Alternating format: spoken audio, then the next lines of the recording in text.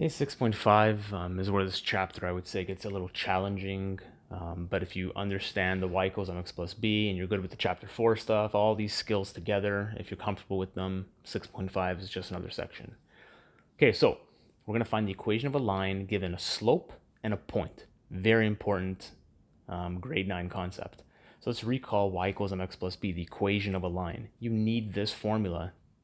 Well, and you can use another formula, but you need this formula as a strategy to figure out these questions. So for instance, our first example is find the equation of the line with a slope of 1 over 2 and passing through the point 1 and 5. So this is the information we have so far. Y equals 1 over 2x plus b. This is all we have. We have our slope. So we plug in our slope into our m value of our equation. First step is make sure you figure out the slope. It's given to you, done. Next, we use the point because this is an x and y value. So if we want to figure out our y-intercept, which is the only thing missing for this equation to be complete, I plug in my x and y into my equation and then solve for b. Okay, so my x is going to be 1 and my y is going to be 5. 5 equals 1 over 2 times 1 plus b. Okay, so notice the 1 went into the x value and the 5 went into the y value. And now I just solve for b. Okay, so this is going to be 5. This is going to be 1 over 2 times 1 is 1 over 2. This comes over and I subtract it.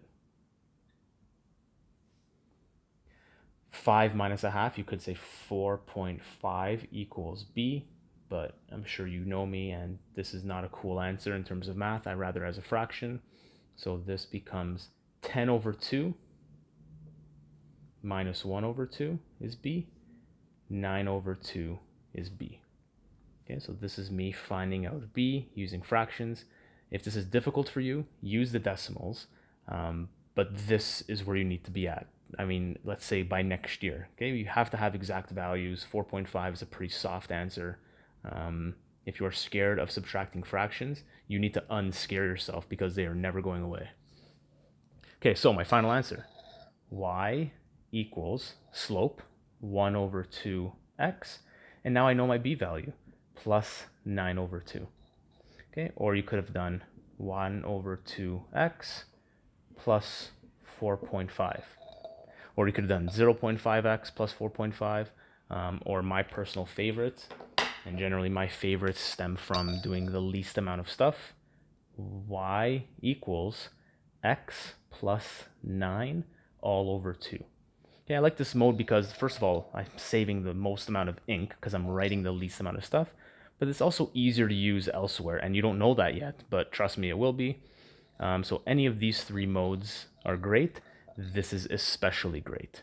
If you can't see the difference between these, that is your first obstacle in understanding how to write it in the best way, is understanding the difference. Okay, so this is just 1 times x, which is just x. X over 2 plus 9 over 2.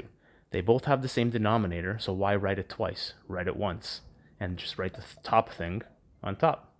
And that's it. Okay, so here I'm going to bring back parallel lines. So we have to understand parallel lines, sloping the same. But like I said, sometimes the slope isn't going to be as obvious. So I know the equation of the line parallel to this has to have the same slope, but the slope right here isn't obvious. So the first thing I need to do is figure out the slope here. And then I can do the same thing I did last example with this point to solve for the y-intercept. So this is in standard form. If I want to figure out slope, I should be converting this into a y-intercept form, which means I want to bring this y value over to the other side. It's negative. So x minus 12 remains on this side. This becomes y, and this is done. I'm in slope-intercept form. So what's my slope? Well, it's not x. It's 1. Okay, it's 1. If there's no number in front of x, remember, there's a 1 here, right? We say 1 x's. We don't say, like, there's a marker here. I could say marker. If there's 2 markers, I have to specify, but 1 is just marker, so it's just x. Now, line parallel. I know the slope has to be the same. Okay, I usually wouldn't write that 1 in front of there, but I'm going to just so we understand the slope is 1. Parallel has to have the same. Now, here's my x and y. Do the same thing. Plug in your x value into x, plug in your y value into y. multiply. Solve for b. This guy's got to come over. -5 minus 2, -7 equals b. Box it, and finalize. Y equals, where's my first slope? 1x minus 7. And you're done. Okay, figure out your slope is your number one priority always when you're coming up with an equation of a line.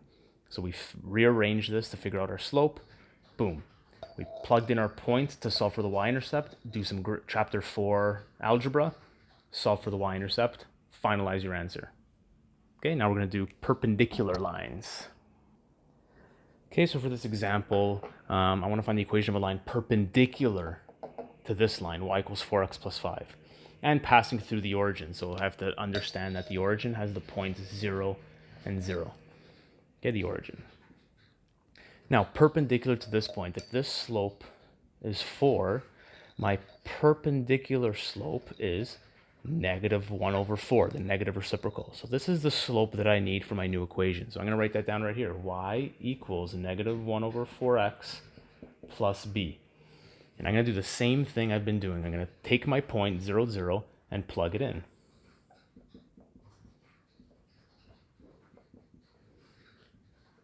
-1/4 times 0, 0. Sorry, this is plus. So 0 equals b. Therefore, y equals my slope, -1/4. Don't forget to write the x here. Plus 0, I don't have to write it.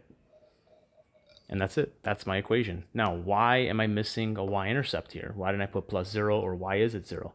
Well, if I'm going through the origin, what do I know? I know it's direct variation. And I know direct variation, the y-intercept is 0. So if the y-intercept is 0, I didn't even have to do this work.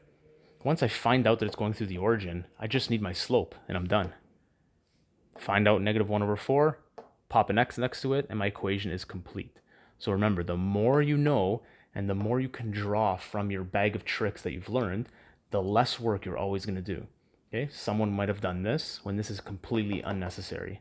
Understand that it's direct variation, find your slope, and you're finished. You're taking less than half the time as the next guy because you know more.